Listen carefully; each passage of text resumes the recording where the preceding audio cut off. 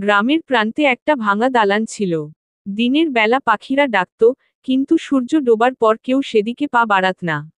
সবাই বলতো, ওখানে শাকচুন্নি থাকে, লাল শাড়ি পরে, খোলা চুল ছড়িয়ে, রাতের বেলা কারো নাম ধরে ডাকে। এক রাতে মলতী নামের এক বউ হাট থেকে ফিরছিল। আকাশ কালো, ঝড়ো হাওয়া বইছিল। হঠাৎই তার প্রদীপ নিভে গেল। আশ্রয় খুঁজতে সে দালানের ভিতরে ঢুকল।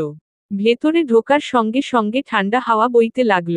মলতীর বুক ধড়ফড় করতে লাগল। অন্ধকারে কোথা থেকে যেন শীতল গলার আওয়াজ ভেসে এল। মলতী! সে চমকে উঠে চারদিকে তাকালো। হঠাৎ দেখল, দেয়ালের কোণে লাল শাড়ি পরা এক দীর্ঘকায় ছায়া দাঁড়িয়ে।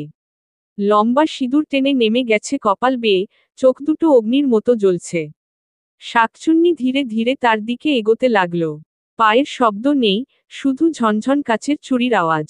মলতীর মনে হলো, তার গলা শুকিয়ে গেছে, পা জমে গেছে। শাকচুন্নি ফিসফিস করে বলল, আমি এই বাড়ির পুরনো বউ, আমাকে ভুলে গেছে সবাই। আমি তোমার দেহ চাই, তবেই মুক্তি পাব। মলতী চিৎকার করে দালান থেকে দৌড়ে বেরিয়ে গেল। পিছন থেকে সেই ভয়ঙ্কর হাসির আওয়াজ ভেসে এল। হা হা হা। সেদিনের পর থেকে মলতী আর রাতের বেলা বাইরে বেরোয়নি। গ্রামের লোকেরা বলে, মাঝে মাঝে সেই ভাঙা দালানের ভেতর দিয়ে লাল শাড়ির ঝলক দেখা যায়, আর ভেসে আসে কাচের চুড়ির ঝনঝন শব্দ।